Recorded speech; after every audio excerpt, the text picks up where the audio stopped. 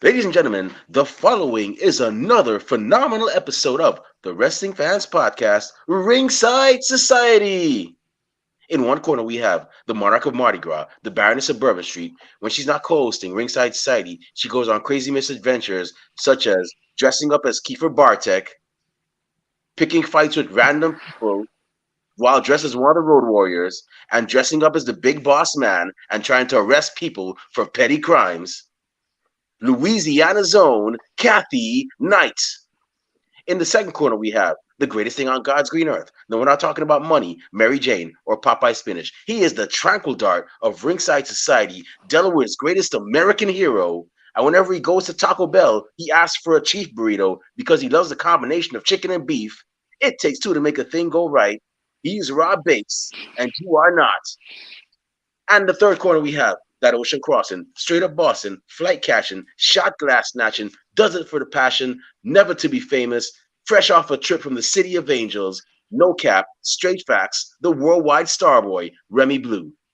But it's not about us. You see, we have a special guest tonight. He is a former reality of wrestling tag team champion, 1/4 of one of the most devastating, one of the most ruthless stables ever to appear in not just reality of wrestling, but the whole of Texas. And he plays a mean accordion. That's right. I've never seen anybody play such a mean accordion since the days of Family Matters. Shout out to Steve Urkel and them. Everybody, welcome to the show, Diego de la Cruz. Yo, that is me. That's me. That's me. What up, y'all? How's everybody doing? Great, great, Diego. It's an honor to have you on the show. You know, I've been watching y'all. I've been watching your career since you first started in reality of wrestling, um, and it's so like I still can't believe we actually have you right here right now. Get ready, shoot No. the breeze about pro wrestling, man. How's everything in your neck of the woods? It's good, man. Here in Houston, man, we were supposed to get a bunch of rain yesterday, and of course, it didn't happen. But other than that, everything's good, man. Everything's fly. Yeah, weather's actually getting kind of weird. We're here in the Northeast. Well, myself and Rob are, and we went from pretty much winter automatically to summer, like no spring, nothing whatsoever. I'm in the ice cream truck outside, so I'm like, Mother Nature, what's going on, man? Like, you got to wine and dine us first before summer. So who knows? Right. I heard next week is supposed to be cold. Um, So you know, the whole city of Houston loves it when it's cold because it's never cold here. So, you know, okay, okay, yeah, Texas, man. I've never seen like maybe San Antonio, but for some reason Houston, I've never really experienced. I never experienced cold weather there. But then again, I was only there for like one day too, and it was like light jacket weather. So no, I mean it has gotten cold. It's gotten like freezing and stuff like that. And then when it's freezing, people don't know what to do here. They're like, is it icy? Do we have to drive differently? And then they don't, and then there's accidents, and then yeah, the whole city shuts down literally. Yeah. wow, yeah. So I gotta ask you, man. And if you already been asked this question, we apologize, but we always, for the most part, ask this question to like 99% of our guests. You know, how did you become a fan of professional wrestling? What was the match or main event that you saw that made you go, "Wow, I'm officially a fan from here on out"? Uh Honestly, for me, it wasn't necessarily like a match. It was more the aura of the Ultimate Warrior, and that's what did Okay, it for me when I was a kid. Um, I can't tell you exactly the moment, but I could tell you waking up Saturday mornings and watching WWF and just seeing Warrior just run into the ring and shaking the ropes. And I'm sure you've heard that a million times, but it's so impactful to a lot of us as kids that literally that's what I wanted to do. And it took me 30 years to figure out that I could do it, you know. But that's the moment that it was kind of like I love wrestling. wow, that's cool. Yeah, I was a huge Ultimate Warrior fan as well too. He was one of my first four favorites. I was watching when Hulkamania was wild, but I never was Hmm. a Hulk Hogan fan. Although I do respect what he's done for the business and the matches and memories he gave us. But my guy was always Ultimate Warrior. I like the energy Uh, and brought and so on. hell yeah. That was always my dude. And then, um, just like characters that were like that, I started to like too, like Wolverine. Like Wolverine was just like "Rah" all the time, and I liked Wolverine growing up. And so they're pretty similar in body types, and so the body guys I ended up following too. But Warrior, top dog, number one for me. Did you ever get to Did you ever get to see him live? Have you ever gotten to meet him like in person? No, no, unfortunately, I didn't.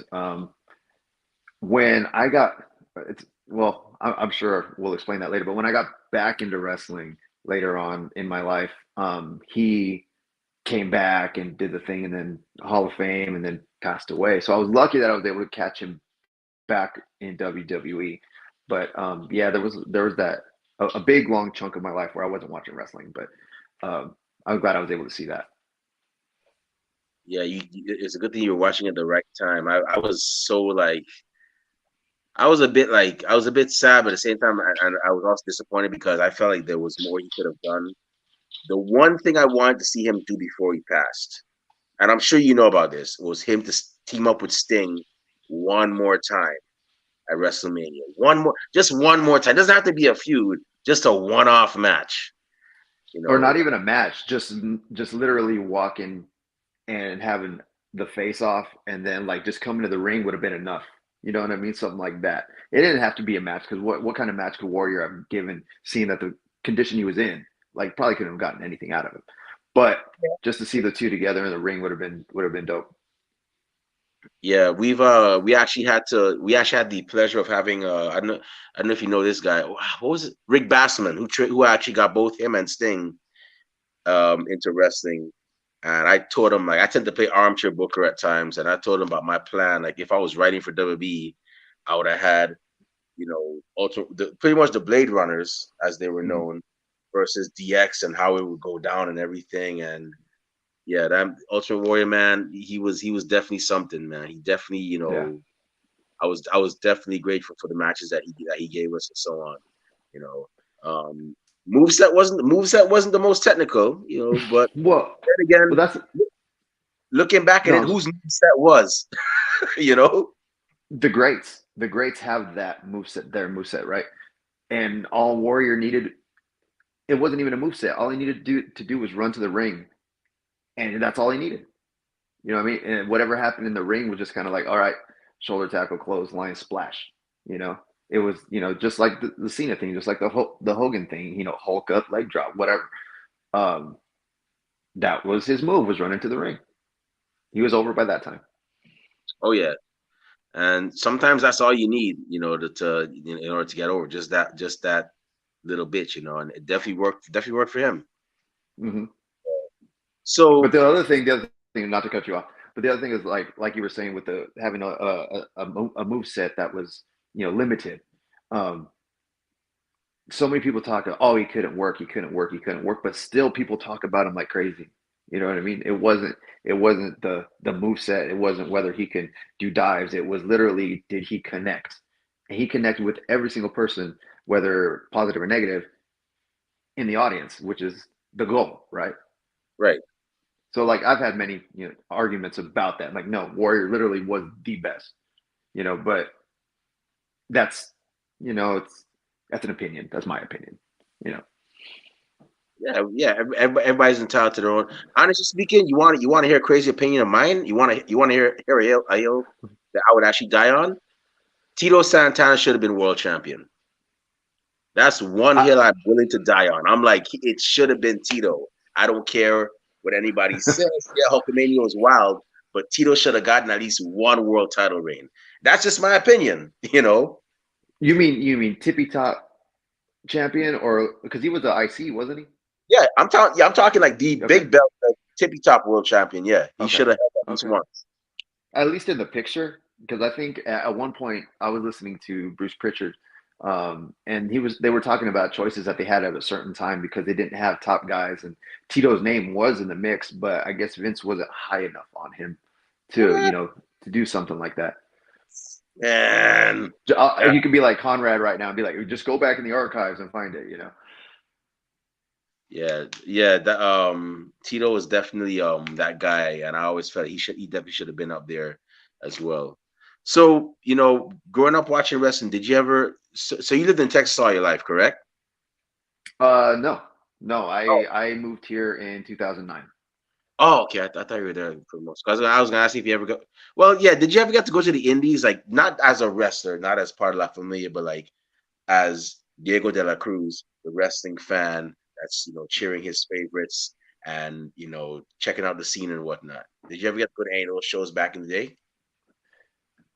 When I was a kid, Yeah. because I grew up in Colorado, Oh, and my uncle was really into wrestling too. My uncle Sonny, shout out to my uncle Sonny, and so he was with a group of guys that would bring down wrestlers to a little town called Greeley, Colorado, and I remember seeing Hawk by himself from the Legion of Doom, Snuka, the Bushwhackers, Head Shrinkers, um, and I know it was like that was an indie show. There was a big names, but it was an indie show, and being able to see those guys up close, that was really cool. So fast forward when I lived in Houston, when I got back into wrestling, I'm like, cool, let's see what's out here. And I got into like Raw and SmackDown, and then went to NXT.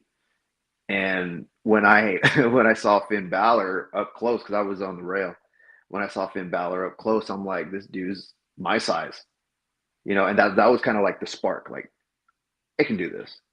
You know what I mean? Because the guys are always in the ring. They look like they're 20 feet tall, but when you see them and you're like, man, this dude's literally me, and let me try it. That was kind of the thing for me going to the indie shows. that's cool. That's cool.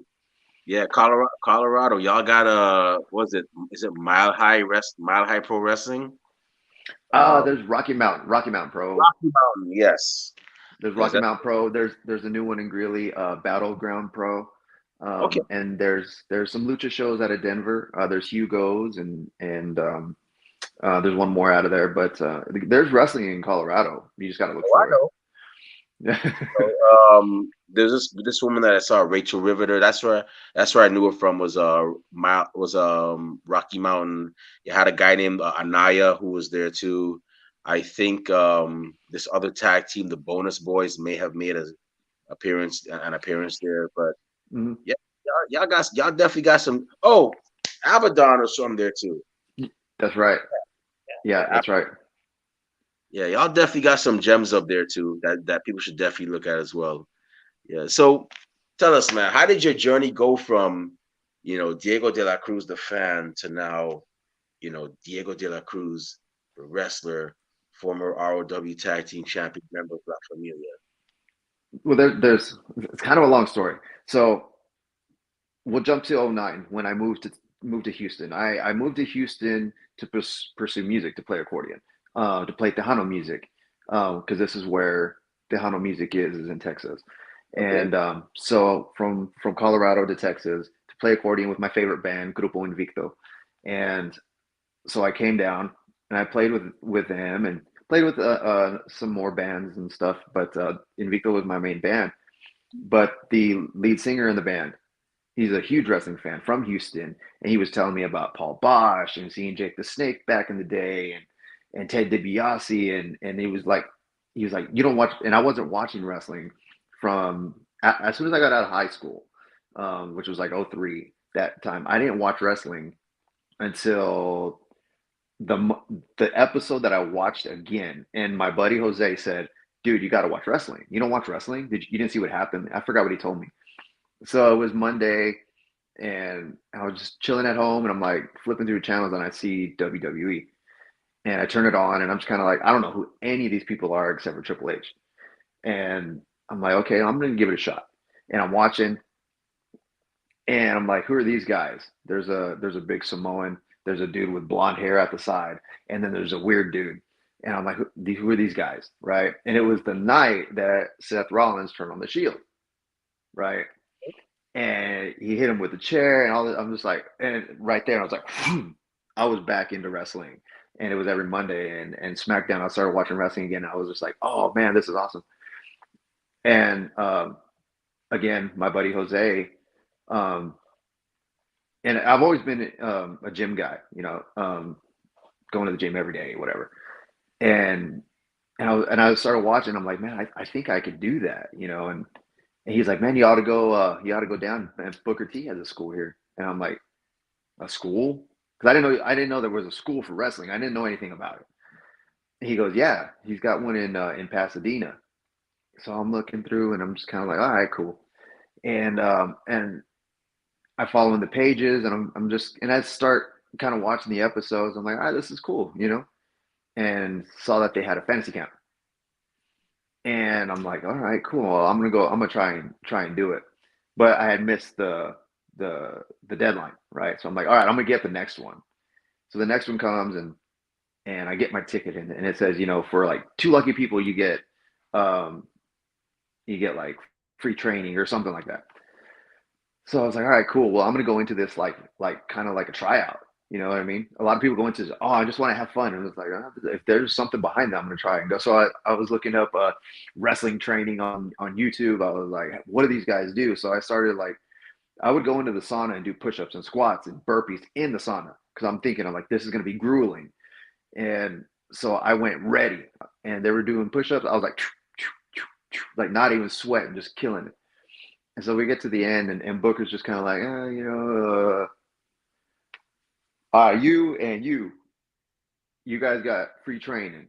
And I'm like, literally my eyes are wide, and I'm like, dang, so I got it. So about 2 weeks go by.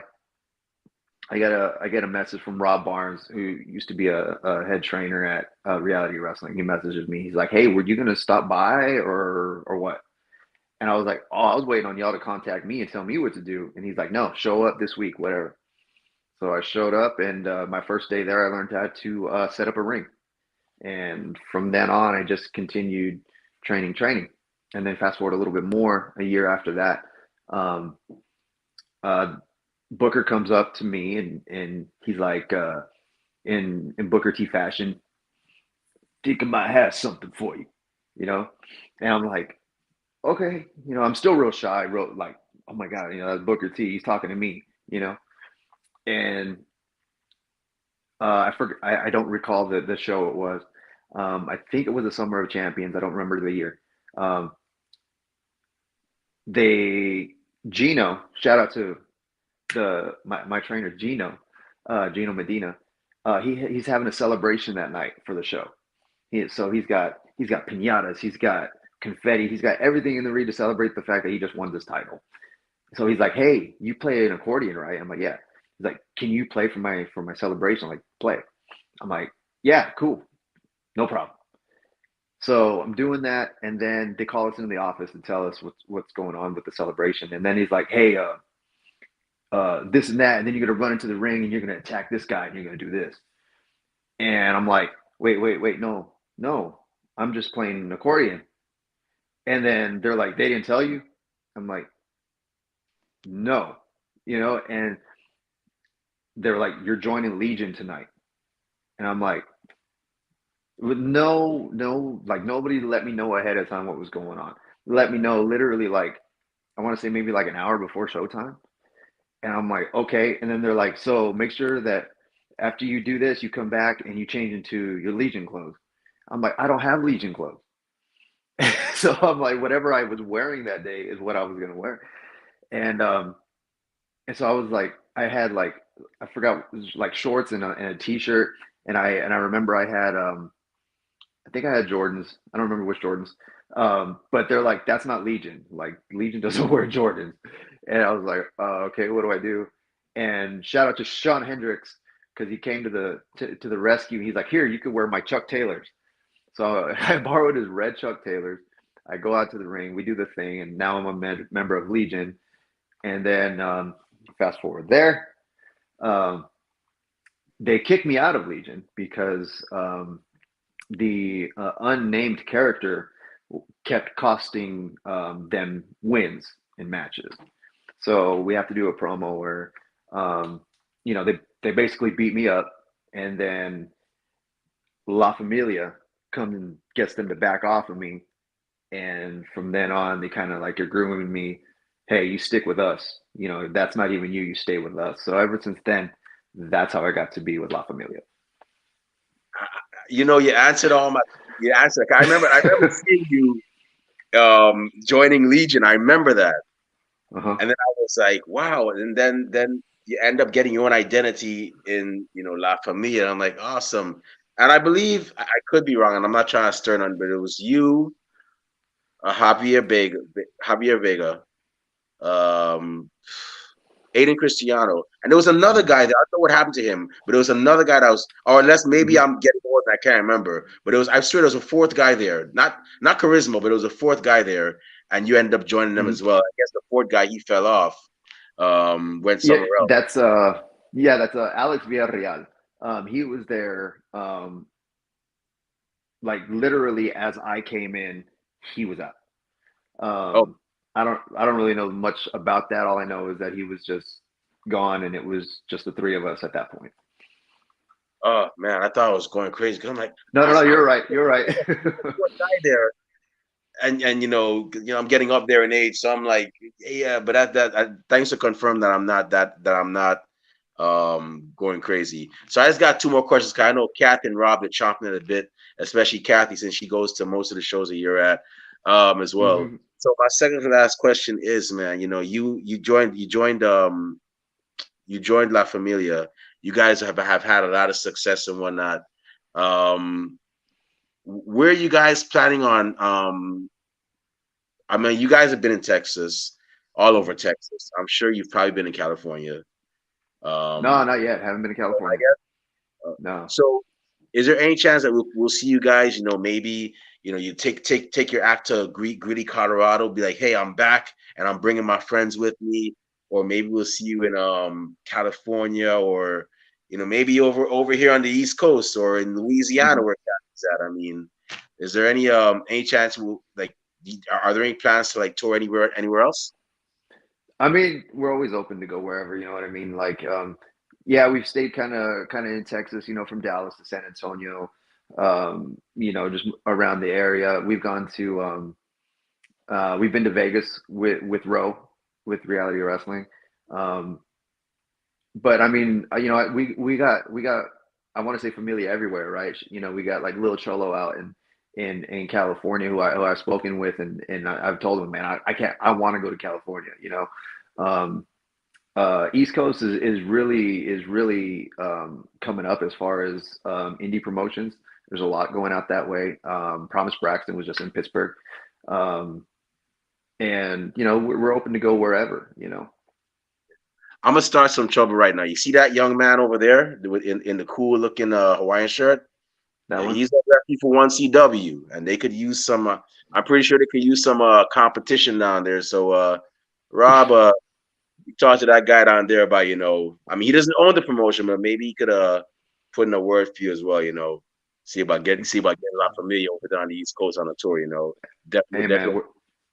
we're open to wherever, man.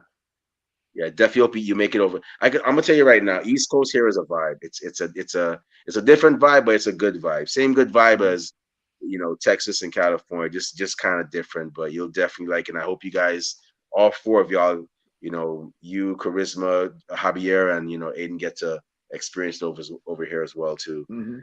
And Yeah. my last question, in regards, so. And Kathy, if I'm stealing your thunder, I'm sorry because I know you're a big fan of this person I'm about to mention. So I saw you wrestled Isaiah, who was in Legion as well too, and Oh. he had Sean Hendricks in his corner. You had your stablemate, your tag team partner, Javier Vega in your corner.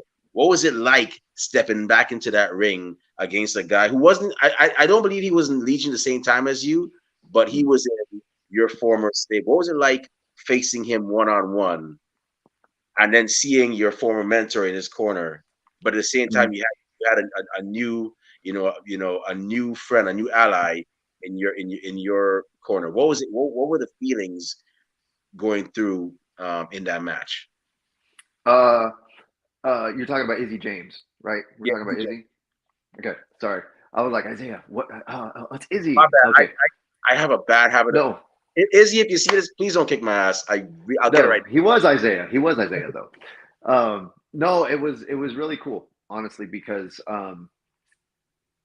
if you go back and look at Legion, I wasn't necessarily match ready when I was in Legion. That was more just seeing if I could do TV and take instruction, right? So once they moved me to La Familia, now they were kind of like, okay, he's ready, he can do whatever. So it was kind of like a graduation thing for me. And then once you get to share the ring with somebody like Izzy James, who's awesome. And then you can go back and me and Izzy actually had a singles match later on, which was one of my favorite matches too. Um, but the aura that Hendrix has is not even not even in the ring, but just like backstage in person, like in the street, whatever. Like he's got an energy about him that is kind of like I gotta watch him. You know what I mean? And it translates very well on TV. So being able to work with Izzy, but still know that at any point that dude could just maul me from behind or choke me from behind, whatever, um, was a whole nother, I guess, a flip you got to switch in your brain, right? um, Staying on my toes and stuff. But no, it was really cool because it was almost like a full circle thing, kind of like, oh, you didn't like me now, but you're gonna respect me, Oh, yeah, man. I saw you when I saw the fire you had in that match, um, with Izzy with Izzy James, and Mhm. I was like, man, Diego is not playing with these people, man. Like, he is finna, like dole out some vengeance on these guys, man. And I saw is like Sean Hendricks go up to Javier. He pushed Javier. Tried to hit him with a right. Javier blocked it, and then hit him with his own right. Bam! He went down, and I was like, "Yo, these guys are not." Hey, Legion gonna learn today, man. Like I was enjoying that match, man. Mhm. I hope we get to see more. We get that one more time. Hopefully, with all four members going against Mhm. each other as well. That If it that's the happened cool thing already, about La Familia. No, go if it ahead. happened already, excuse me, because I'm kind of on and off with ROW because I got work and all this other stuff, crazy schedules and whatnot. But if it hasn't happened, yeah, I definitely hope they run that in the very near future. Mhm. Yeah, and as far as Legion goes, I mean, the, Legion can pop up whenever, right? Especially in reality wrestling. But that's the cool thing about La Familia is the wild card is we could fit into a tag, we could fit into 3-on-3, 6 man. We could fit, we even with charisma, we can even do intergender. So literally, we could fit any puzzle with our piece. That makes sense. Um, Especially with great talent that's around, the parts and whoever we're getting booked with. Like I don't think we've ever been booked with talent that we haven't enjoyed working with. Awesome. Well, definitely, I'll tell you what. One of these days, if I ever get a weekend off, you know, I'm gonna definitely make my way to Houston. And hopefully I get to catch a match with y'all because man, I tell you, La Familia, man, y'all are definitely one of the most. And I'm not just saying that y'all are definitely one of the most dominant stables I've seen in Texas so far. And I know Kathy's enjoying all those shows that y'all are on. So I just gotta say thank you for what you first off, thank you for all the matches and memories that you've given us so far. And keep on keeping on. You guys are doing phenomenal out there in Texas as well. And with that being said, I'm gonna turn it over to Kathy. I know Kathy has a lot of questions, so Kathy, go ahead. The floor is yours. All right, thanks, Awesome. Thanks. Remy. What's up, Diego? Yo, Kathy. Look, look. We're here in the same place, and you didn't drive 20 hours. I know, right? So there's this funny thing. I guess we'll start off with that. But yeah, there's this funny thing me and Diego and Charisma do. So of course, people know if you've watched the show. I drive 4 hours to Texas and back in one night. Some people call me crazy, whatever. But Diego and Charisma will tease me every time I see them. It started off, it's 4 hours, legitimately 4 hours, and then the next time I see them, they're like, hey, you driving that 8 hours back home tonight? And then it's like, hey, now it's 20 hours. And then it's going to be like, hey, you took all day to drive back home. It's this Hmm. running thing we have. So that's pretty funny. Yeah. So we don't, I don't have to drive the 4 hours to see you. We're all virtual. Exactly. We're in the virtual world right now. But yeah, to kind of piggyback off of what Remy was saying, he didn't know that you guys actually had a match with Legion and La Familia. You guys were the Hmm. tag team champions, and Hmm. Legion beat you guys for it. So, Yep. like you were kind of saying earlier, like how did your two worlds clash? Like, you were Well, used to be in Legion and then La Familia, and then they take your titles. yeah. So Well, it's here's the a thing about lot that. to unpack. No, but here's the thing about that though. It wasn't fair. Uh, the okay. So the day we were supposed to wrestle, it was during COVID, and we were having the parking lot shows. So we set up the ring. Everything's going on. We know we're going to defend the titles that night. Cool, whatever. Um, and then a storm hits, like a big storm hits. It's pouring. You got people standing under tents. The ring is getting soaked, and but the people still wanted a show. So Booker and Kevin Bernhardt, they make the call. They're like, hey, once this rain stops, we're tearing down that ring, and we're gonna do a show inside, right? So we brought everything inside, set everything up as fast as we could, um, and still had the match. So technically, we really weren't in the mindset for that match. So I kind of think that worked against us, because we were anticipating working outdoors, and then it's just like, here, no, you're working here. It's kind of like last minute, them changing the opponent. You know what I mean? So it was kind of a different setting. We weren't on our game, and they took the titles from us. So that's kind of what it was. Um, and we never got a rematch. We never got a rematch. So yeah, I'm putting that out there, Kevin. We never got a rematch for those. Yeah, I would love to see that. Legion's disbanded as of right now, but like you said, they could always pop up again. Hmm. Remy said he wanted that, to see some stuff, Legion and La Familia. What I would want to see, you said how you could do like 2-on-2, 3-on-3. I would want to see you, Vega, and Charisma versus Izzy, Sean, and Insidious. That's what Oh, that's what I'd want to see that. That's that's my fantasy match right there. that does have some good a good sound to it. You know what I mean? There's a lot that can go on there. There'd be a lot to unpack there too, yeah, for sure. Or even, yeah, like you said, that rematch, like that would be awesome to have that happen. Would Mhm. love to I see mean, that I've again. I've wrestled I've wrestled Hendrix outside of reality wrestling, and you know he you never know what you're gonna get with him. So I can only imagine with Mimi or I'm sorry, Insidious um, and Izzy. Yeah, that would be pretty good. Um, so you had a show yesterday. How did that go? That was another fun one for Texas All Star against Pretty Boy Rock, Shimbashi and Zane, and Estrella Galactica and Love Muscle Russell. Um, it was a triple threat tag. Um, I don't want to spoil it, but yeah, there was a miscommunication, and we ended up not walking away with the Texas All Star uh, Tag Championships, but we've held them before, so it was like we needed another shot at it, and we didn't come home with them last night. Boo. Yeah, I know. It happens. So Yeah, we were just that was a talking about, long ride home. oh We'll boy, just put yeah, it with that no way. That was a long titles, ride home. no titles, and a Yeah, long drive. yeah.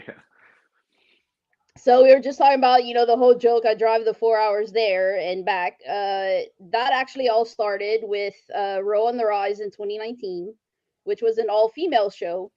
Mhm. And I didn't get to see like the guys, from the Reality of Wrestling roster until later that year in 2019. They did a collaboration. Row did a collaboration with Impact, and they had a show called Deep Impact. and that's when I Mhm. first saw La Familia, you and Vega, and you come out with, you're supposed to be bad guys, and you come out with an accordion. And I'm like, Mhm. I'm from Louisiana, we have like Cajun and Zydeco music. So I was like, Mhm. look, this wrestler's coming out with an accordion. Like, this is awesome. And I think I remember I tweeted the video that I took of you guys' entrance. And I was like, y'all were heels at the time. And I was like, dude, this is like a man after my own heart. He's playing the accordion. Yes, I remember that. I remember that too. I remember. So that was when I first saw you guys. Fast forward, 4 years later, I'm still watching you guys because I saw you like last Saturday at New Texas Pro, which Hmm. that was an awesome match, and I wanted to talk about that match too because there's this thing that you do where you kind of tease the audience.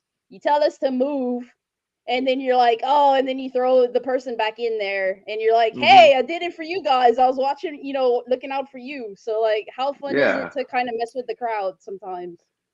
Um, if we pull back the curtain a little bit, right? That's what we're there to do. We're there to, to entertain.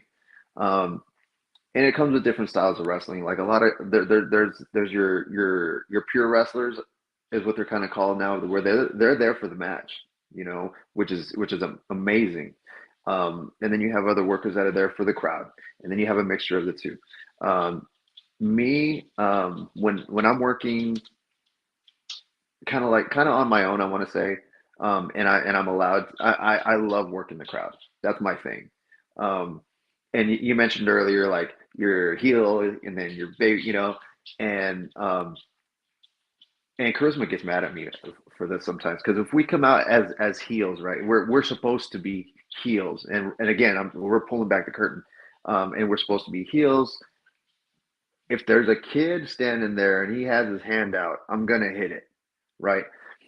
And she's like, "Don't do that, don't do that," and but I'm there for them, so playing with the crowd, getting them involved and pulled in to our match to go along, for the ride. That's my goal. Is I want them to be able to be like, dude, remember when he was going to throw him on us and he forgot and he didn't? Dude, remember that? That's the moment that I want to make for our match. And we could have been, remember that, man, see when he fell off the ring and he did this? That's cool. But remember when he told us to move? Yeah, that's a different kind of memory. Yeah, I actually have it. I'll post it on Instagram. Like, after we do this, I usually do like a little, plug. Hey, so and so is on the show. That's one of the things I have on video is you telling everybody, all of us to move. It was in my section. You tell us to move, and you're like, I did it for you guys. Like, I didn't mess up your chairs. Like, I did it for Yeah. you. Yeah, I mean, shout out to my homie Bulldog. Bulldog's he's a big man. Why would I throw this guy on you guys? I mean, that doesn't do me any good, right? Yeah, I was just kind of messing with the crowd at that point. Well, yeah, thanks for saving us. Thanks for saving me because I have to drive 20 hours back home. So thank you. Yeah, it would have been fun with a broken arm driving like this. Right? Yeah, Yeah. one-handed all the way back to Louisiana. So, you mentioned you love Ultimate Warrior, but there's another guy that you're heavily influenced by. You wearing a chain, that's kind of a giveaway there. And your Mm. gear, you have some purple and gold gear there. You kind Uh-huh. of mimic after Razor Ramon. Yeah, So, what drew you to him? I have that, and I also have the green and gold. There You you know, go. I got Yep, that I too. remember that gear Uh, too. and I did that on accident. I didn't do that with an influence. It was just kind of like got with my gear maker, and he's like, "I'm gonna make another set for you, but we're gonna do green and gold." I'm like, "All right, cool." And then David Trevino, huge Row fan. I'm sure you met him. He's like, "Bro, you look like Scott Hall," and I'm like, "Oh my god." And my hair had grown out, and like Remy was saying, when I was with Legion, I was bald.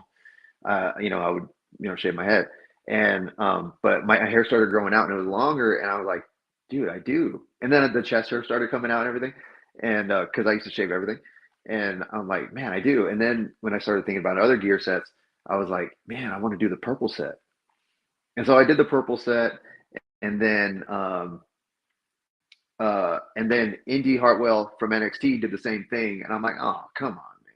But she's a girl, so it's a little bit different. But yeah, I love Razor Ramon, love Scott Hall. Um, when you're a fan, you kind of go through these stages of this is my favorite now, this is my favorite now, this is my favorite now, and so uh, Razor Ramon was my second favorite. Like after Warrior kind of went away, and I needed to find somebody else, it was Razor Ramon, and it just that I thought that was kind of cool. I was like, man, I could just do his colors because they're cool, you know. And then when I started, thinking about my character and who Diego was and who Diego wanted to be and how he wanted to look, I kind of took the gold chains and I made them diamond chains and I started wearing like six of them at a time. And I'm like, this is kind of cool too. So yeah, you're right. It was Scott Hall, my the character. Yeah, I was a big Razor Ramon fan too. Oh, Scott Hall too, but Scott Hall was more like, the whole NWO part, like that was cool. But to me, like, and he was like himself. He was Scott Hall in the NWO, and he took over WCW and all that. But Hmm. Razor Ramon was just awesome. Like that was more. It wasn't so much the person; it was a character. And like Hmm. he had the little hair, his one little hair that would come down his Right. forehead, and he hey yo and all this other stuff, the toothpick throwing, and that was my favorite Hmm. part. It was like Right. that part was awesome. There you And then go. he was Right always there. in the yeah, he was always in the cars, and he just had that Yeah. machismo. Yeah, and he would, and the other thing that because once I realized who I needed to work, not work like, but the who I wanted to kind of emulate, and it was Razor Ramon. So you take little pieces here and there and kind of make them your own. So when I would go to the ring with the accordion, well, it was time to hand the accordion off to the ring person. I would tell him like, you need to be careful with this. You know how much this thing is worth, and Razor used to do that. He used to be like, take his chains off, put them here. Do you know how much these chains are worth? Anything happens to these chains, and it just, it, it fit. You know what I mean? Yeah, definitely. And then you mentioned David.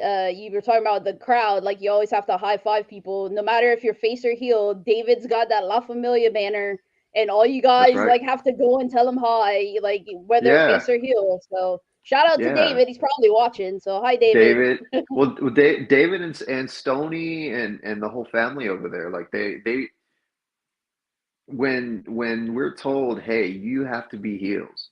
Okay, cool, we'll do that. But once you start passing that heel point and you're cool and you're a cool heel, it's a different balance of things, and they were always there for us, David and Stoney, regardless of whether we were baby faces or heels. So when we made that transition to baby face, and we were, oh, and it was cool to be cool, they were still the loudest in the crowd. So a lot of people were following what they were doing. So they had the La Familia signs. Next thing you know, the other side has La Familia signs. So really, I don't want to say fandom, but kind of the fandom started with Stoney and David. Yeah, they were definitely the OGs there. Yeah, I noticed that too. Like when I go to row shows, La Familia comes out, and whether we're supposed to boo or cheer you, everybody cheers you instead. So that's pretty neat. Yeah.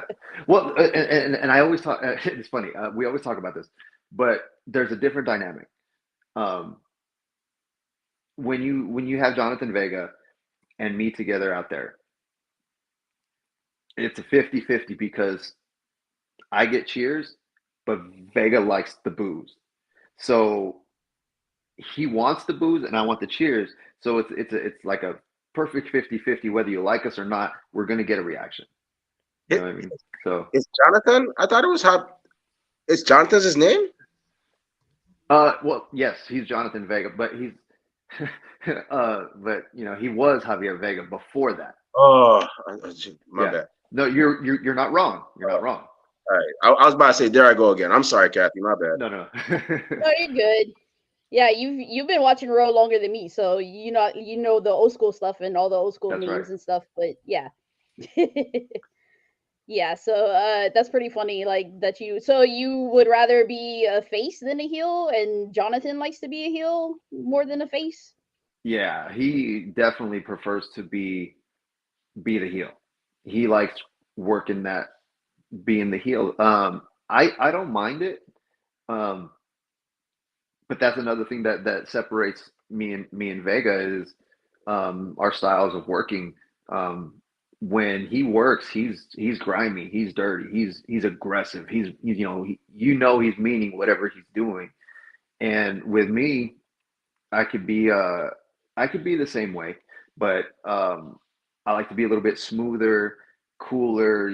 That's why we mesh so well. Is we're not the exact same person in the ring. Sometimes you see wrestlers, especially tag teams, where they're the exact same person, dressed the same, doing the exact same things, but we're not. And I think that's why we mesh so well.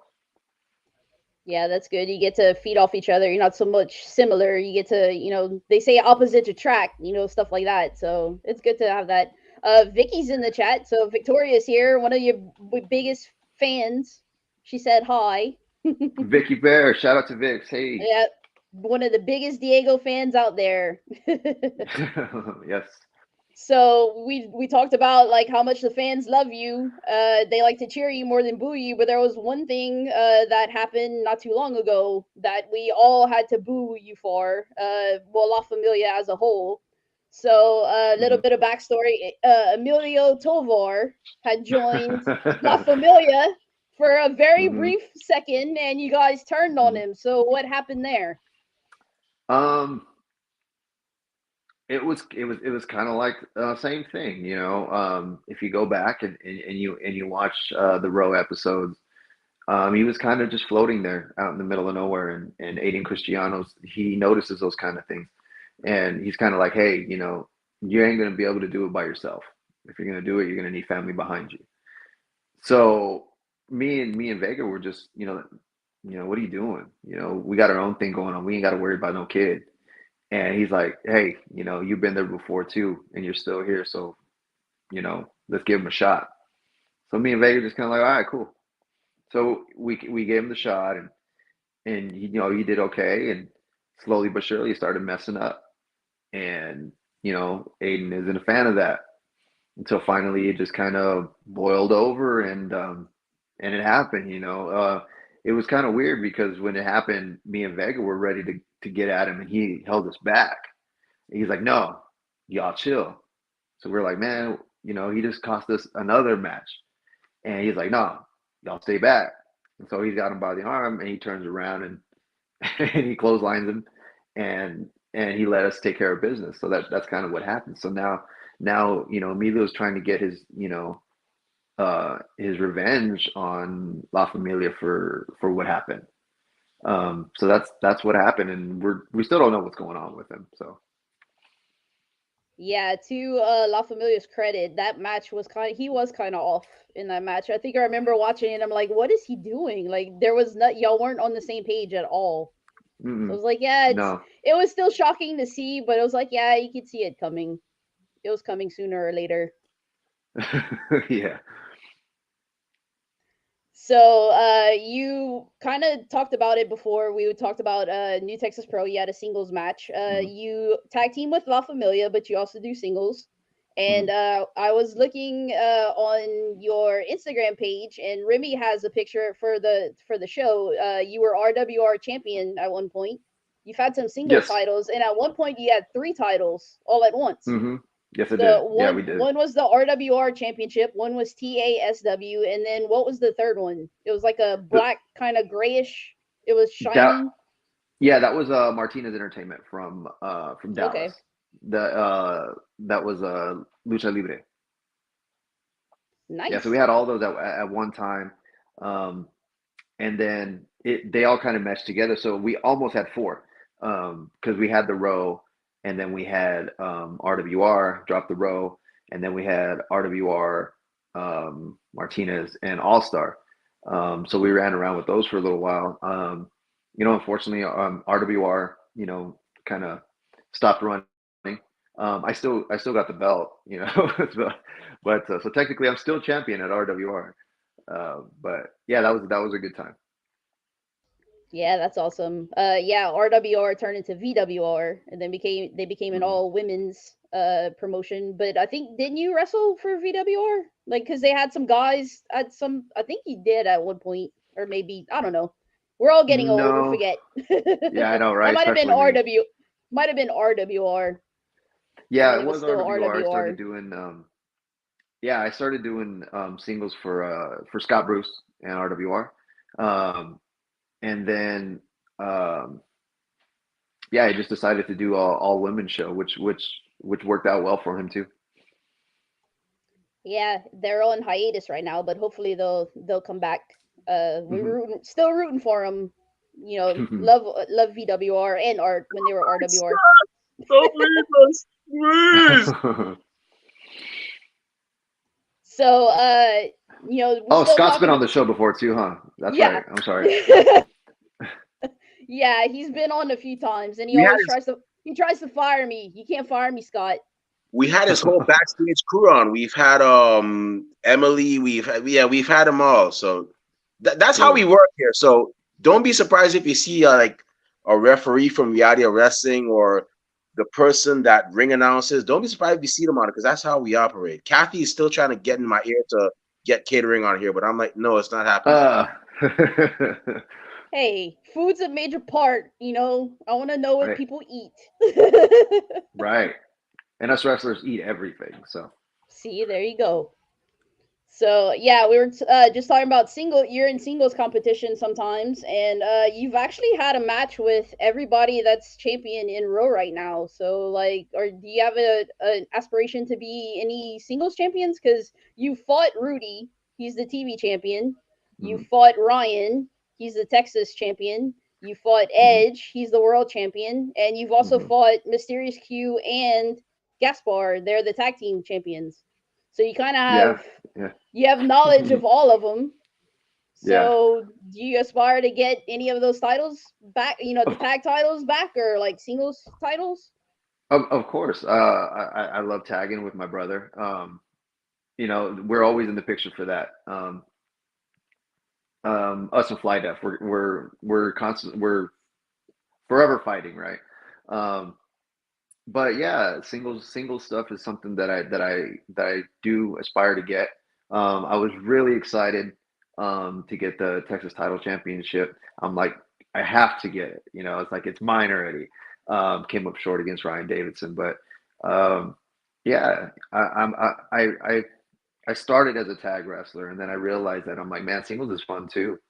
Um, and it's more, it's it's a two-person dance instead of a four-person dance. So it takes a different mindset to get into those matches, but I'm up for it. I'm ready for more singles. You know what I mean? Yeah, that's kind of my next question too. You do tag matches a lot, and you have to rely. You do a little bit, and then Jonathan does a little bit, and then but singles, it's all you. So like, what's the Hmm. difference between tag? Besides that, tag teams and singles. Well, it's really a mindset because it's like, look, what I do here has got to benefit the team. Excuse me, and it's singles matches. What's going to benefit me, right? Um, so I love doing them both for that reason. Um, me and Vega have had awesome tag matches, like untelevised tag matches that were just amazing, and and I've had good singles matches, that haven't been televised. Um, I like them both. I like them both. There was a time when I was kind of like, I wouldn't say ready to quit, but there was a time when I was like, I don't know if I want to do this anymore. And it happens to all of us workers is we come to that point where it's like, do I really want to do this or not? And it was during COVID when we were just running those shows that were empty arenas where we would have just the workers there watching, kind of like NXT did. I think Roe did it first, but um, so we were doing that, and I was like, all right, I'm gonna see how this match goes. If this match goes good, I'll see where I go from here because I was ready to be like, you know what, I'm gonna take some time off. I'm just not gonna do it no more. And I got to wrestle Will all day, and that match was awesome. I I loved that match. I'll still go back and watch that match.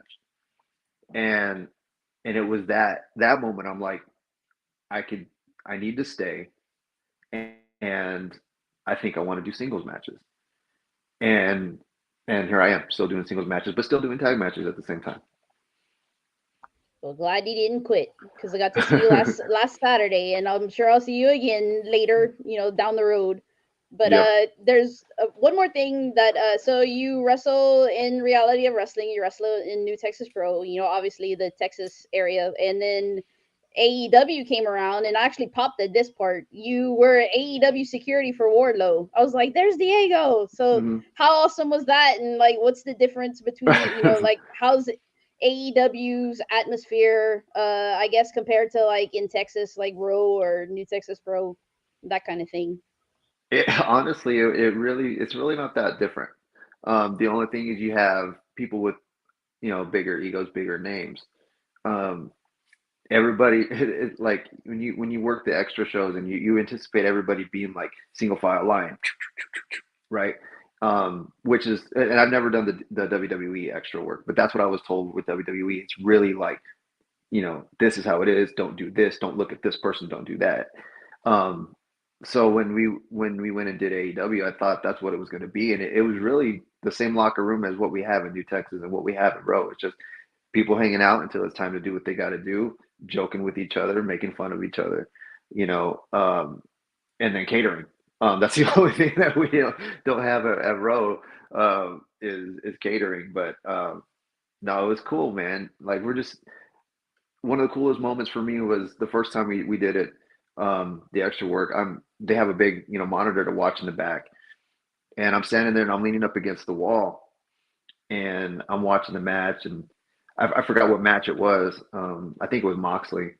Um, so the match ends and I'm like, cool. And I turn around and Sting is standing right here. And I'm like, and he was in full gimmick because he had to go out and do stuff. And I'm like, whoa, that's Sting, And we call it marking out, right? So I was like, don't mark out, don't mark out, and it was just cool seeing everybody. So like, it's not any different being backstage with AEW than I want to say most indie shows, but New Texas and Raw especially because they're really professional, so not that much different. Yeah, I kind of had my own Sting moment. So I went to WrestleCon in 2018 when WWE was in New Orleans for WrestleMania 34, Hmm. and I had gone to WrestleCon the Friday and the Saturday, and I think the Sunday, or maybe the Friday and the Saturday. And I'm sitting there. I had met a bunch of people the Friday, like the different wrestlers, and I'm just sitting in the corner, like trying to compress everything and what the people that I met and stuff like that. Sting comes in his he was in his Wolfpack paint, so the red and Oh, black, cool. and he had his baseball bat, and he just walks past me, and I'm like, "Hi, Sting," and he was just like, "Hey," he like, "Hi." I was like, it was almost like he didn't know what to say either. But then Hmm. I want to say, yeah, the Saturday I ended up formally meeting him for his meet and greet. So I Hmm. saw him the day before I got to actually meet him. So that was pretty cool. And then he had the regular like crow sting face paint. Dope. But I got to tell him like I was a fan of him since like Beach Sting, the blonde Right. Sting. It was like that's a Hmm. long time. So and then I had a figure of the Beach Blonde Sting. He signed it. Hmm. So that was pretty awesome. But Oh, yeah, that cool. was that was crazy because like at WrestleCon, you see people coming from the elevator and all this other stuff, and it's like I've seen Jerry Lawler come out the elevator. Eric Bischoff walked past me. Sting was one of them that walked by me, so it's just like culture shock almost. I was like, whoa, Hmm. it's like, is this No, it's real? cool. It really is when you meet these guys, that you look up to and that are legends. It is surreal meeting them because I went out of my way. I'm literally like, I'm, cutting off this weekend. I am doing this, and it was the Fitterman show where they had the NWO. It had Scott Hall and Kevin Nash and Bischoff. And I'm like, I am doing this. And so, and I was like, and it was for me, right? I was like, I need to meet Scott Hall because I need to tell him that he's my dad, you know? and, um, and I did. And, you walk into the little area that they have so you could take a picture with them. And you know, I'm looking up at Scott Hall. I'm like, wow, this dude's huge. And then my second opportunity was to take a picture with the three of them. And I walk around the curtain, and then there's Kevin Nash. I'm like, wow, this guy's huge. And they really are bigger than life. So when I went to go get my autograph, I had my Razor Ramon toy, right? But I also had my pictures. And when you pay for the autographs, you pay for one autograph. And I'm looking, I'm like, do I want him to sign my picture or the toy? And I'm like, if I sign the toy, it's only worth money, right? And really not even that much. And then I'm like, but if you sign my picture, that means more to me than the money would be for the toy. So I had him sign my picture. While he's signing my picture, I'm like, hey, I wrestle for Booker T, and I always tell people that you're my dad. And he kind of looks at me and he goes, and he looks over at Kevin Nash and he goes, well, how's your mom doing? And I'm like, she's good. She's good. And that made my life at that point because I'm like, this dude is literally listening to me. He heard what I said and he acknowledged it and gave me a smart ass remark, you know? And I'm like, this is life right now. And not only that, but after I told him that, and he goes, man, and he started talking to me about wrestling. And they're really pushing you through these lines because they got to get through everybody. And he's like, hey, some of our best matches were with Harlem Heat. Me and Kev, hey Kev, remember when? And he starts talking to Kev about wrestling Harlem Heat, and he's like, oh yeah, yeah, yeah, yeah. He didn't really say anything, but he's like, yeah. And he goes, you ought to go back and just watch the way we were. And he's talking to me, and I'm listening, and it's like it's burned in my head. I'm like, my dad's talking to me right now.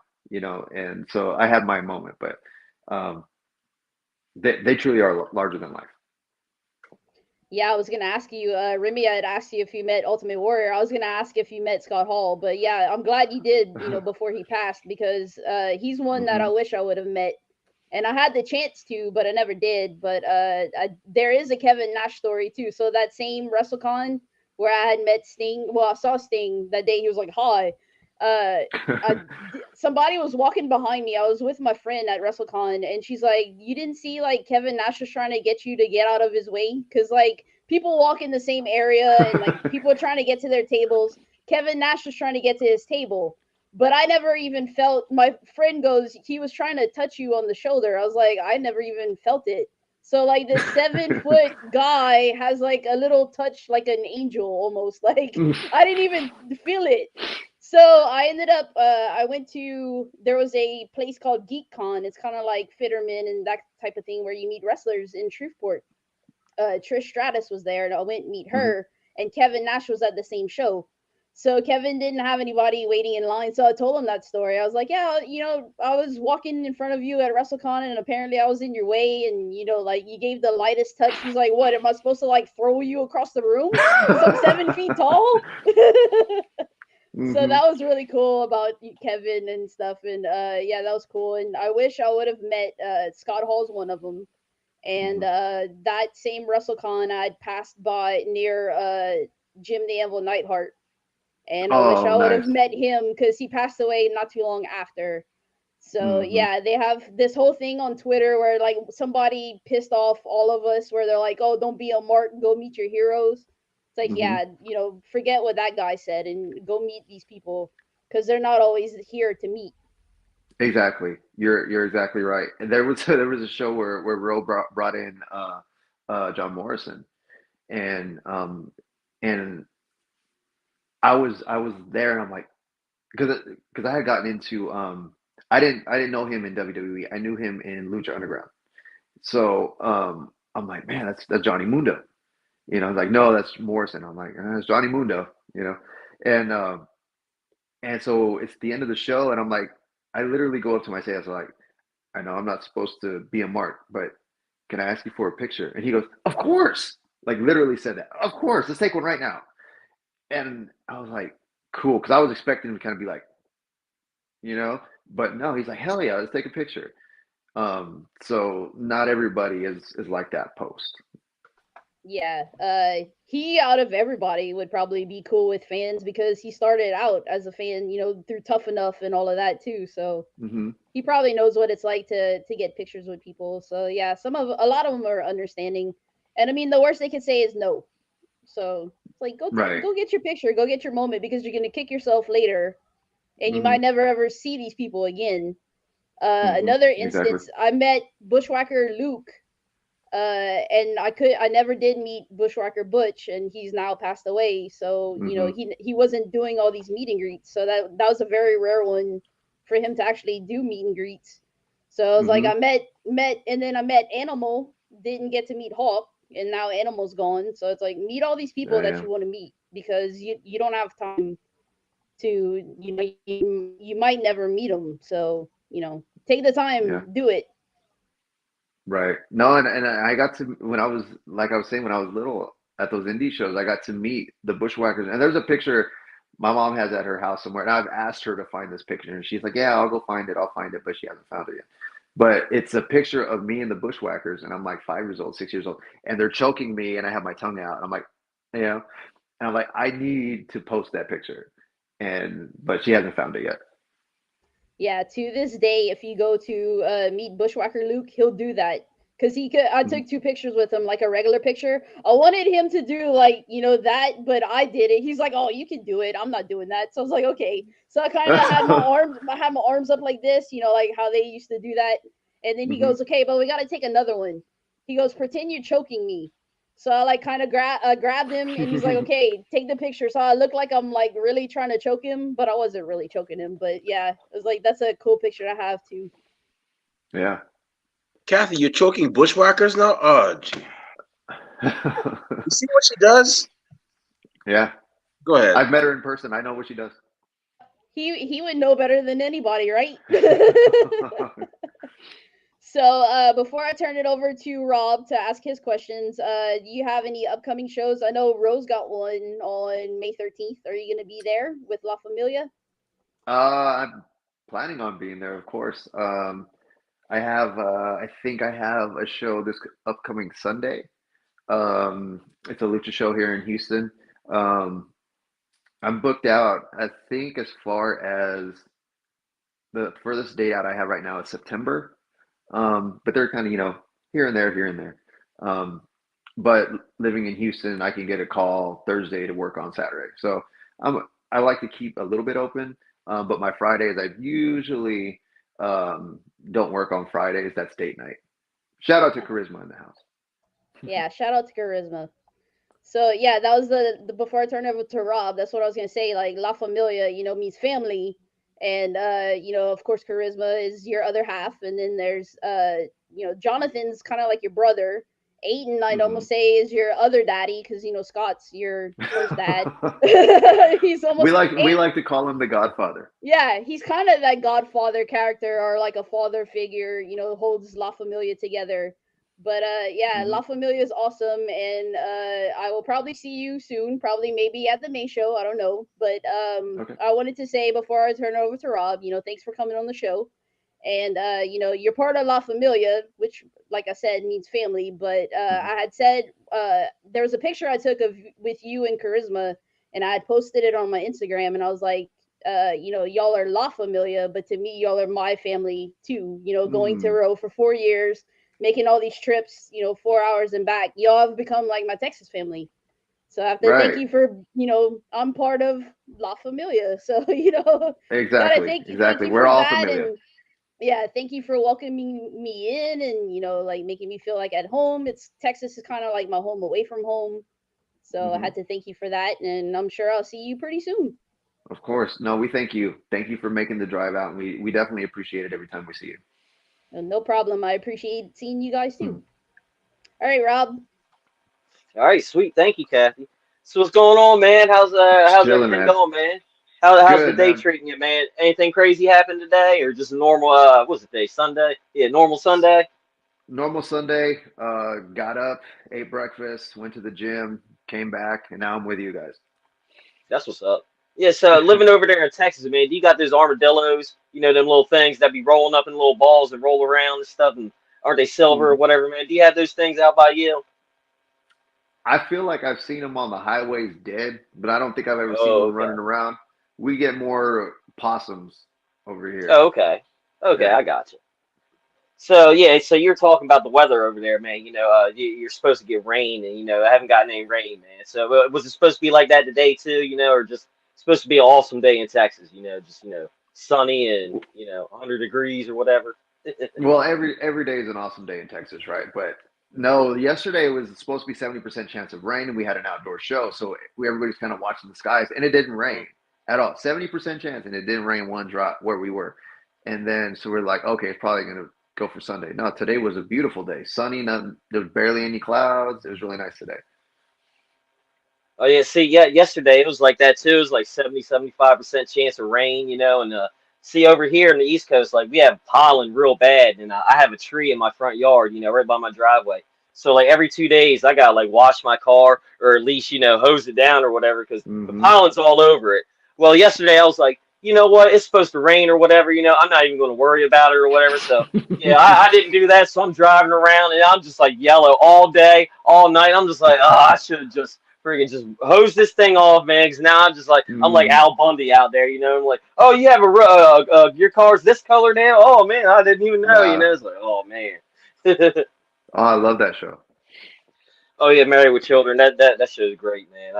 Oh yeah. We used to watch it while we were eating dinner, man. My pop would put it on, and it was from 6 to 7 or whatever. They'd have it on. We sit at the dinner Yeah. table and watch the Bundys. Bro, the thing Bundy would get away with, man, like that show would not fly at all today. And I'm glad I grew up with it because I loved it.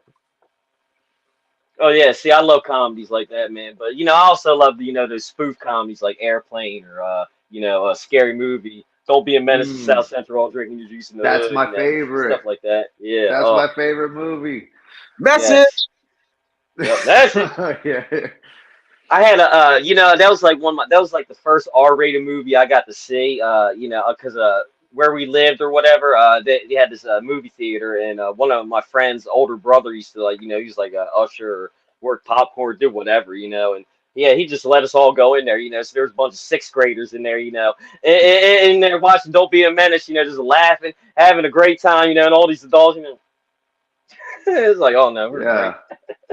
No, and I didn't get to watch it until I was like like an older teenager. My mom wouldn't let me watch that movie. And then once Mm, I watched it, I'm like, okay, I see why I couldn't watch it, but I watched it so much that I could watch it without the movie. I could just close my eyes and yeah. like, oh yeah. Mhm.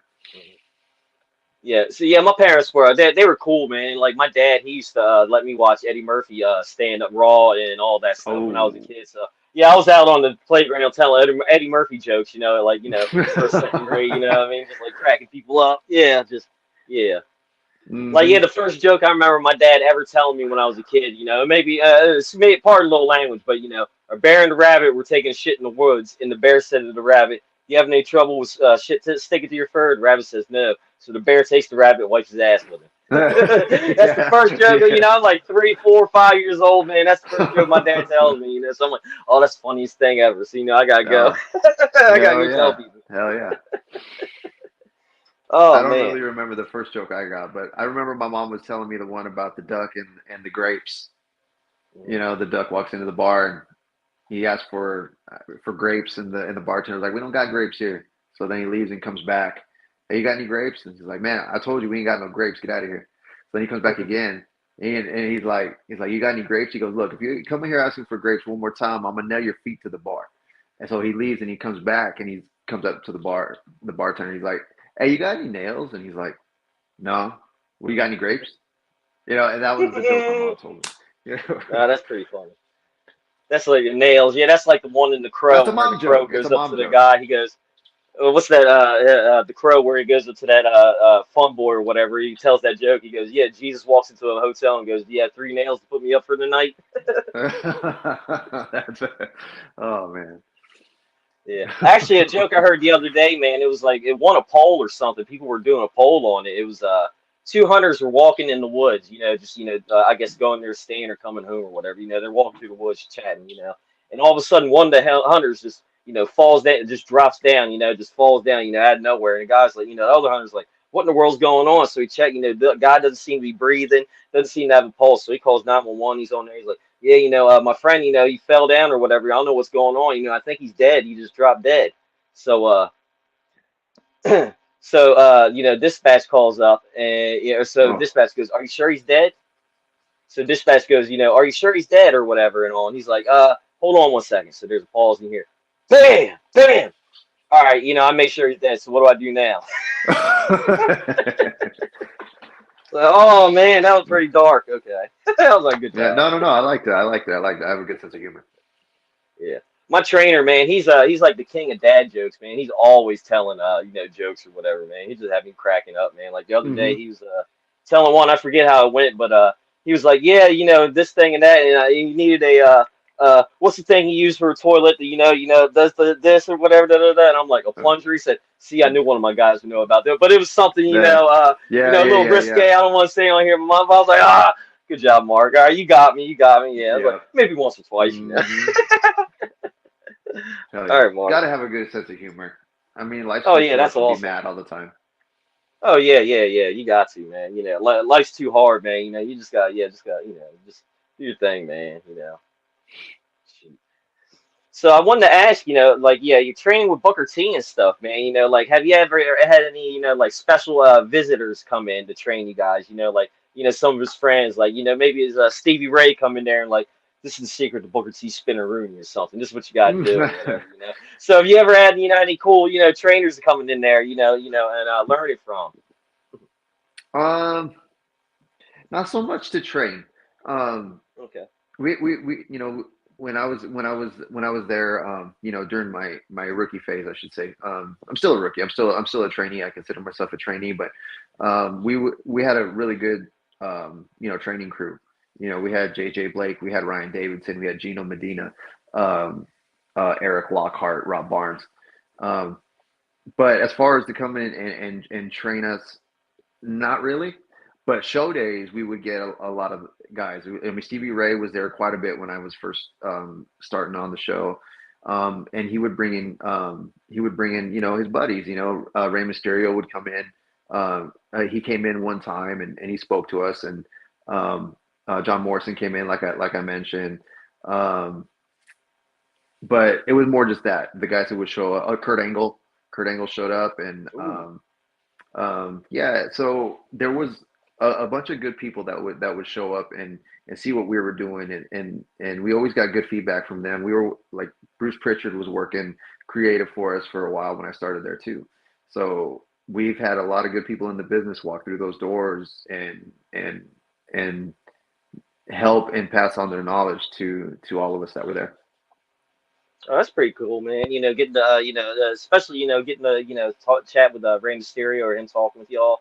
I mean, that's got to be pretty cool, man. Because people like that talk, I'm like, oh, I hang on every word they say. I don't care if they're Hmm. talking about what I need to do or whatever. I don't care if they're talking about, yeah, this is how I place the order at McDonald's. I'm like, oh, that's why you would do that. Okay, I got you. Hell yeah. Yes, I see now. Okay, yes. I'll write it down in my little notebook. Be like, yes. You know what I mean? Hmm. Yeah. Oh man. So yeah. So you travel like in Texas and stuff. So is that the farthest you've traveled? Have you been outside of Texas? Have you gone? Is that the farthest you've been so far? Just in the Texas area. Yeah, like I said, we had wrestled at the MGM Grand in Vegas, Oh yeah. uh, with Reality Wrestling. That's the farthest I've gone for wrestling. That was a cool show. Um, and who was it? The Good Brothers. Um, they were backstage, and it was kind of like, whoa, Okay. where'd they come from? Because we Mhm. didn't even know they were going to be there. Um, so that was probably the farthest I've gone just for wrestling. But yeah, I've been all over the state of Texas. Yeah. So what was it like going to Vegas and stuff, man? Did you get to actually hang out? Maybe check a casino or maybe a show out? What's over there? Blue Man Group or them magicians or Mm, whatever? Did you get to check anything hmm. out? Well, I mean, I had been there before wrestling, just for a vacation. But Oh, for okay. the road show, it was like it was kind of limited on who was going to be on the show. So once we got confirmation that we were going to be on the show, necessary arrangement needed to be made as far as flights and everything. So we flew in Friday morning, um, and it was actually Vega had got there on Thursday night. Me and Charisma got there Friday morning, and once we got it checked into the room and everything, we went down to see where the show was going to be. Um, and then we're like, well, what do we do now? Once we talk to Kevin and everything, what are we going to do now? We got the rest of the night. I think at that point it was already like 6 o'clock, and they're like, well, let's go down to Fremont, you know, and they're like, yeah, let's walk down to Fremont, and you can't walk to Fremont from the MGM. It's too far. So it was me, Charisma, uh, Vega, Brian Keefe, and Edge Stone, and they were like, let's go, because they wanted to go to dispensaries and stuff. But we're like, well, we want to go, check out Fremont. So we got an Uber, and we Ubered all the way over there. They went and did their thing. So then me and Charisma just kind of hung out in Fremont. We're walking around, watching the shows, watching the performers on the little spots that they have down Fremont, watching the ceiling show. I don't know if you've ever been to Vegas. They got down Oh Fremont, no. like it's a huge LED screen on like over the street. Okay. So we're watching that, and we're walking through, and they have these 3D things that you put the thing on and you play the game. And behind that, it said, I forgot what the sign said, and I was like, I want to do that. And she's like, and Charisma's like, you want to do what? And I was like, let's go over here. So we go over there, and it's the tank that you put your feet in, and the fish eat the things between your toes and everything. Oh man. Okay. Yeah, Yeah. and she looks at me, she's like, you really want to do that? And I'm like, yeah, I want to do it. And she's like, okay. I was like, you want to do it too? And she's like, no. And I was like, okay, well, I'll do it. And so, yeah, I paid, I think I paid like $30 or whatever. And I sat and put my feet in this tank, and the little fish came and they started munching on my feet. And, and while this is going on, the guys are still walking around. And so I'm sitting there for like 30 minutes with my feet in water, and Chris was with me. We're just hanging out. That was like probably the coolest thing of the whole trip for me. And then we went and ate nachos um, at a place called Nacho Daddy's, which is the best nachos. Oh man, it's amazing. Like they put filet mignon on nachos, literally filet mignon. Ooh, okay. And then we did the show the next day and everything, and it was a blast. It was a blast because rarely, like, and we'll put the curtain aside again, but rarely do you get like the hey, we trust you, do the best match that you're capable of. A lot of times there's some structure that they want to see in certain matches, and we were lucky enough to be with Fly Def on that show, and Booker basically let us know this is your chance to have a WrestleMania match. So we went out and we probably had the best match we've ever had that day, and to have the best match on the coolest trip for reality wrestling was a huge accomplishment for us. Man, yeah, that definitely has to be, up there on the best experience, of a lifetime, man. Just best match and best trip in Vegas and stuff. Oh man. Now I've heard seeing Vegas because I play video games and all. It's like in Fallout, New Vegas. It's straight desert all around, but when you drive up, you can see the red lights, and it's coming up Mm-hmm. close. It's like, oh man. So, I always want to kind of check that out. Be like, oh, this is my Fallout Vegas moment. Dude, I could not play Fallout. I sucked. I tried it No. so many times, and I died so quickly. I didn't know what I was doing. So, but it's a cool game when you watch people that know how to play it. But no, I was horrible at that game. But yeah, coming in on the So what? plane, that's exactly what it Mhm. looks like. Okay.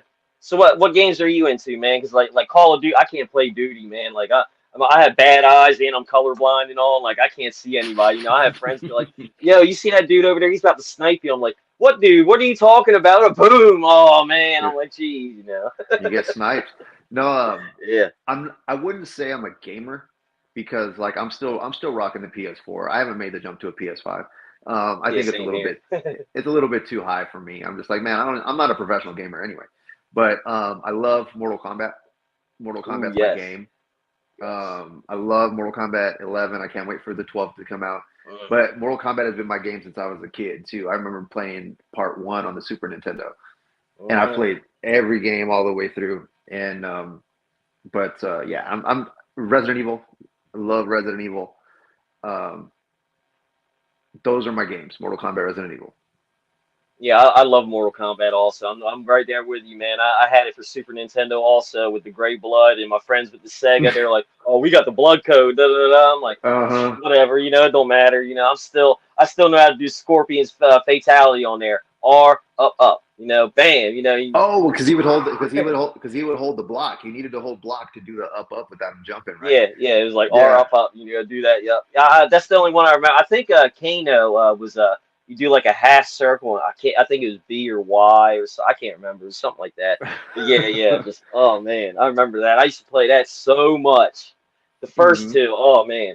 I remember that was when I learned like you could pre-order games. When my mom and dad were somewhere, and they're like, you can pre-order Mortal Kombat 2. It's coming out in whatever a couple months. You give us the money. And I was like.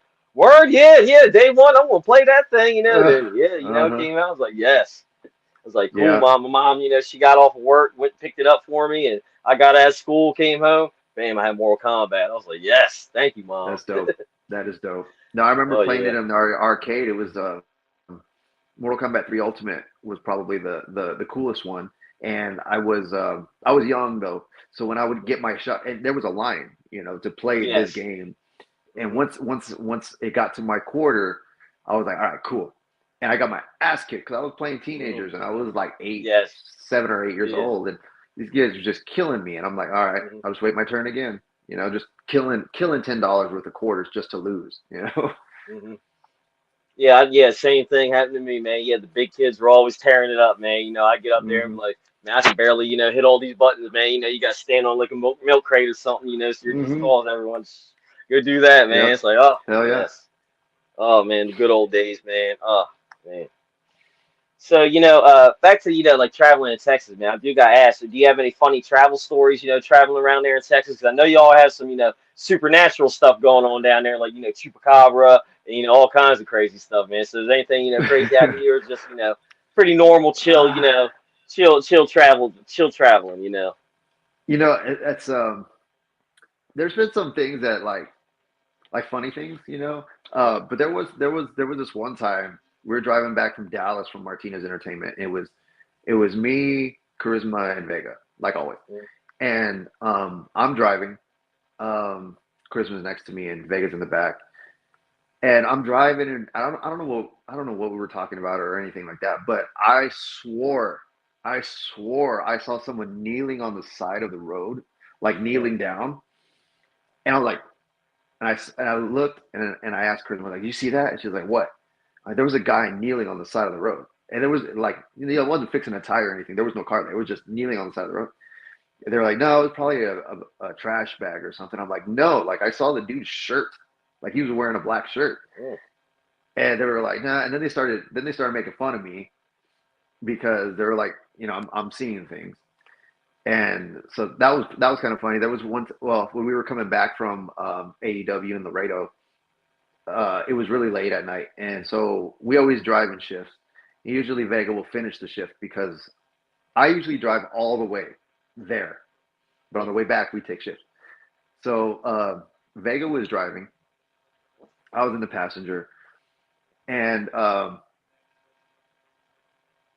Vega has this thing about when he drives, where most people will drive and they'll stay here and they don't move the steering wheel because they're going straight.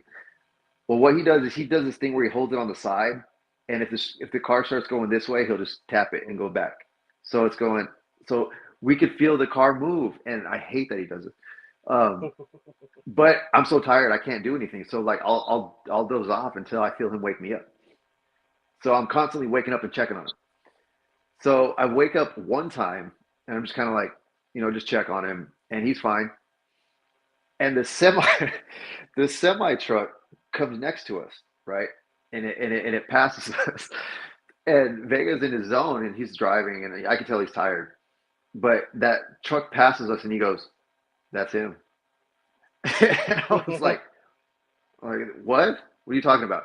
He goes, and he tries to like fix whatever he was thinking at the time. He's like, "Oh, my neighbor that has a truck like that one, just that that was he tried to like answer himself why he said that, right? Yeah. And it was just the funniest thing. And so when we talked about it later, and I told Charisma, we still laugh about it. Like even if we're driving, we're gonna go get tacos or something. It's like that's him. Yeah, it's like a running joke now. That's right. Yeah, but no really like dumb stories on the road yet. Just stupid little things like that. Yeah, that's cool. Ain't nothing wrong with that, man. That's cool. Now, before I pass it on back to Remy, I do gotta ask, are there any, cool new movies or TV shows you're into right now? Because I'm always trying to find new things to watch. Because I'll get stuck watching the same things, like Married with Children. I'll just put that on and just watch everything, until it ends. Mhm. I'll go back to back to back to back, whatever. So I'm always trying to find something new to watch, in my advanced age. I'm always gonna try and get those new experiences. You know what I mean? No, I feel you. I feel you. Nothing really like for me. Um, I'm not really somebody that's going to go to the movies, right? I'll wait until it comes to Netflix or something. But I've gotten into like those the murder docs on Netflix, Ooh, okay. and so that's I watched that. But I watch it's kind of nerdy, but I watch Mortal Kombat tournaments. If you ever watch Rips Arena, they're awesome. Um, but TV shows, I don't have TV. Everything that I watch is streamed. Yeah. Um, just because I'm like, man, I don't want to pay like $200 just to watch two channels anyway, you know. But I like watching certain channels on YouTube, like the creepy stuff, like Nuke's Top Five. He'll compile all the like the five spookiest videos, and then Yeah. there's Slapped Ham. That's another scary one too. That's what I watch. If you like watching spooky shit, Oh watch yeah. that stuff. Yeah, I'm all into that, man. Yeah. See, I like watching it and like going to those things, but I don't want to experience any of that, or I don't want to mess with no Ouija boards or none of that stuff. Nah, Like you're talking to somebody who's never said Candyman 5 times, or Bloody Mary or Beetlejuice. You know what I mean? nope. Like I ain't doing that. 'Cause more than likely nothing will happen, but just in case, I don't want to be that one. Like I'm good. No, there's too much to chance with all the possibilities that can happen with all Yeah. that junk. It's but Charisma, she's got some like ghost stories. She used to live in a haunted house, so Ooh. when she'll tell me stories and stuff, and it's kind of like, "Ugh," you know. Yeah. Yeah, I don't know. See, because like my family and all, they want me to take a trip with them to New Orleans, like out near Kathy and all. My mom's always like, "Yeah, well, I'm gonna go sneak and buy like a voodoo doll and sneak it in your luggage." And da, da, da. I'm like, "No, don't you do that because I would like freak out." And, like, I'm like, Yeah. "Nah, I can't." I would be going around searching like on a detective, like, who did I harm? Because I would be in like, I don't want somebody coming up to me like, on Stephen King, like, yeah, thinner. And then there I am, what I mean? Like, Oh oh no, no, man, we like, watched oh, that. I'm already thin enough, man. No. We watched that not too long ago. But me and Charisma went to the Haunted Museum in Vegas when we were there. Um, Mm, not for Roe, but for the time before that. That was hmm. that was definitely dope. That had like Oh man, so that's much pretty cool. stuff. I got dizzy at one point, and I'm skeptical. I'm skeptic, Yeah, but there's this little corner that they have as soon as you walk in, and they show you kind of like some like trinkets and stuff that they have at mm, the place. And then they're like, right over here we have the doll room, and they have like it's like a corner closet, and yeah. it's full of dolls all the way up to the ceiling. And for me, my mom used Chucky against me when I was a kid. If you don't do this, Chucky's gonna come get you. Do you want me to go get Chucky? I'm gonna go get Chucky, and then whatever I would do, whatever she asked me to do. So I kind of have a fear of dolls. Not anymore. It's not a fear. It's more just kind of like, is that doll looking at me? Because Hmm. its eyes are moving. And so when I walked into that corner, you see all these dolls, and then as I turned to walk out, I was kind of like, whoa! Like my eyes kind of like went. I don't know if they crossed or something, but I didn't feel right. And so when Charisma went in after me, and when she came out, I told her, I'm like, I just got dizzy, and she's like, "Are you serious?" I'm like, "Yeah." I'm like, I'm not playing this up. Like, I'm serious. And then I didn't feel anything else for the rest of the what is it called, the tour. But Yeah. that was a cool experience, but it was kind of creepy. Yeah, that. Oh man, yeah, that's pretty wild, man. Yeah. Oh man. If I ever end up in Vegas, man, I'll definitely have to go check that place out, man. Go check it out or whatever. always like checking, seeing those kind of things, man. Hell yeah. So, before I pass it on back to Remy, I do want to say, thank you very much for taking time out of your busy schedule coming to chat with us, man. I definitely had a blast chatting with you from, everything from wrestling to, ghosts and all that good stuff, man. I wish nothing but, the positive things that happen to you, your family, all your friends, and all that. The happen, everything. I hope you get around all around the country, collecting belts and championships everywhere, man. Keep Hell on yeah. kicking butt, man. Thank you, man. Appreciate it. Thank you. Diego, on behalf of all of us here at Ringside Society, thank you very much, for taking time out of your busy schedule to, come on here, to be a guest on here and, shoot the breeze about wrestling in your career. So I really appreciate it. We wish you nothing but the best, and hopefully we get to see you again on AEW, not just as a security guard, but, Hell yeah. also better as well too. Or if not AEW, WWE, or Impact, we like seeing people, work hard and get rewarded, especially when they've been on our show. So we're definitely Mhm. wishing that the best for you as well. Before we shut this show down, where can fans find you on social media when they want to, find out when your next appearance is, or when La Familia is gonna appear in their town, Mhm. uh, or when they want to purchase La Familia merchandise, and where can books and promoters find y'all when they want to book y'all for their shows? Well, I mean, you can find each of our Facebooks pretty heavily on Facebook, Instagram, Diego underscore DLC. The same thing with Vega. Vega's JJ Vega, and Charisma is la dot carisma dot tica, I think. And I don't really use Twitter too much. I think there's just too much stuff on Twitter. But I do have a Twitter. I believe it's Diego dot DLC or something like that. I forgot which one it was. But I like I got said, I don't really use it. I got you. Rob actually had it. He has a knack of finding people, so it's at DDLC underscore ROW. Oh yeah, yeah, that's right. I put row on that one. Yeah. Yeah. All right. Oh, So, and I have a TikTok now. I have a TikTok now. oh, cool, cool. Yeah, I'm like the last one on earth to get one, I think. I Trust still me, don't have TikTok. Oh well, I stand corrected. I have one, but it's bare. Like you won't find any videos on there. But I watch other people's videos whenever I'm feeling bored or whatnot. So Hmm. yeah. So for those of y'all listening and watching, make sure you follow this man. He's doing great things. Make sure you follow all of La Familia, because they're doing it big like nobody's business, and you never know when they'll be in your town and whatnot. So make sure you check them out. Cop the merchandise. That's another way you support indie wrestling, is purchasing the merch Hmm. as well. And I'm gonna tell you this: you're the first one from La Familia on our show. Tell Charisma, Jonathan Vega, and Aiden, we coming for them too. We gonna be No, looking at them on this show in the very near future. So tell them don't go too far. I And will let every one of them know. yeah. And with that being said, it's about time for us to shut this show down. My eyelids are getting heavy. My stomach is rumbling. That means it's time for dinner and a nap.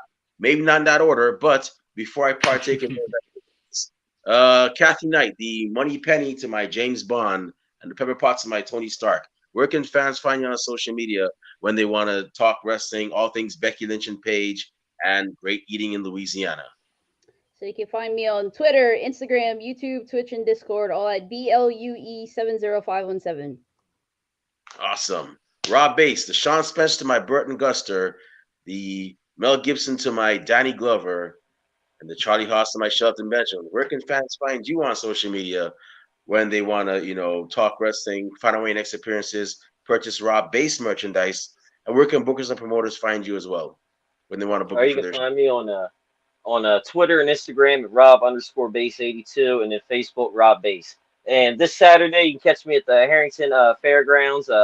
1CW. We're doing wrestling all throughout the day. It's for Delmarva Sports Network.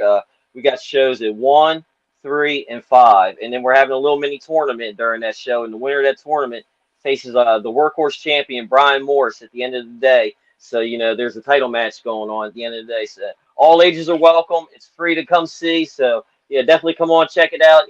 We put on a show to entertain everybody. The guys and gals, work hard, man. So definitely come check us out. Awesome. So for those of y'all in that area, make sure you check out, 1CW. They're doing great things. You got wrestling all day. Back in the day, we never used to get wrestling all day. We got it once, and that was it. You went Mm-hmm. over, and whatever. You got it all day. So definitely check it out. The men and women of 1CW, they're a phenomenal bunch. You will not be bored. If you want to find me on social media, not that I say a lot of cool stuff, but I do go to a lot of interesting places. You can find me on Twitter and Instagram at the Remy Blue. You can also find me on Facebook under the alias Remy Blue as well. Our podcast is also on social media. We're on Twitter and Instagram at Ringside Society, Twitch at Ringside Society 2019. We're on Facebook as a Facebook group. We're also on Spotify, and we also have a Teespring store where we sell official Ringside Society merchandise. We have T-shirts, tank tops, for this hot weather that we have now. We have hoodies, we have long sleeve shirts, we even have pillows and coffee mugs for your favorite warm beverages. So definitely, check us out. Cop some merch. All proceeds go back into keeping our show afloat. They do not go back into our pockets. Last but not least, we have a YouTube channel where we have a lot of cool interviews like this one, like the one we had with Izzy James, Insidious, Sid Mars, Shiva, and many other people from the great state of Texas, many other people from all over the world.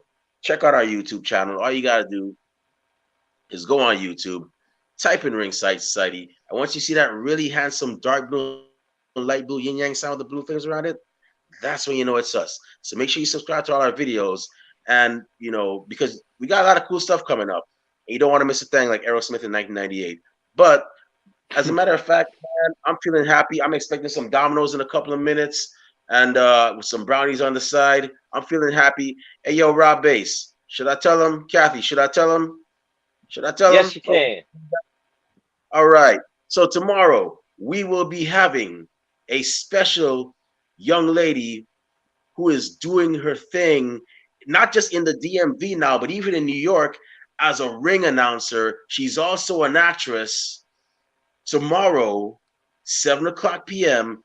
Eastern Standard Time. That's 4 o'clock p.m. for all my West Coast riders, 6 o'clock p.m. for all my people in the middle. We will be having CCW and now Battle Club Pro ring announcer Rosaria Elsa will be on our show. She'll be joining us. So make sure you stay tuned for that as well. And with that being said, we just want to thank everybody that tuned in live tonight. We really and truly appreciate it. Thank you very much. We strive on being one of the best wrestling podcasts a wrestling fan could and should listen to, and we will continue to do that. To those of y'all that are going to listen later on, we get a chance. Thank you very much in advance. And those of y'all that hate us, can't stand us, really and truly wish we would just stop what we're doing. Well, like myself at the Golden Corral and Kathy Knight at Cafe Dumont for the buy one get one free special, and Rob Bates at the Taco Festival, we're not going anywhere for a while. They hate us because they ain't us. And we ain't stopping. With that being said, we just want to let everybody know that we're very well aware of everybody and their grandparents and the parents of our podcast. Oh, we're not your grandparents' podcast. We're not your parents' podcast. As a matter of fact, we're not just any podcast. Hashtag we are not the same. So with that being said, hey yo, Kathy Knight, Rob Bass, one time for the mind, one time for the people, one time for the wrestling culture, one time for one of the most ruthless, dominating stables in Texas at professional wrestling, and one time for former, he's gonna get him back soon as well too, Reality of Wrestling Tag Team Champion Diego de la Cruz. Woo! What type of podcast are we? All right, 3, 2, 1. We're the Wrestling Fans Podcast. That's right, we're the Wrestling Fans Podcast, Ringside Society, and we'll be back tomorrow, Monday, with another impressive guest on another impressive episode. But until then, we just want y'all to do 4 favors for us. Stay safe, stay healthy, make goals, and keep on winning. We out. Peace. See y'all. Good night. Stay classy, Delaware. Let the good times roll, Louisiana. Bye.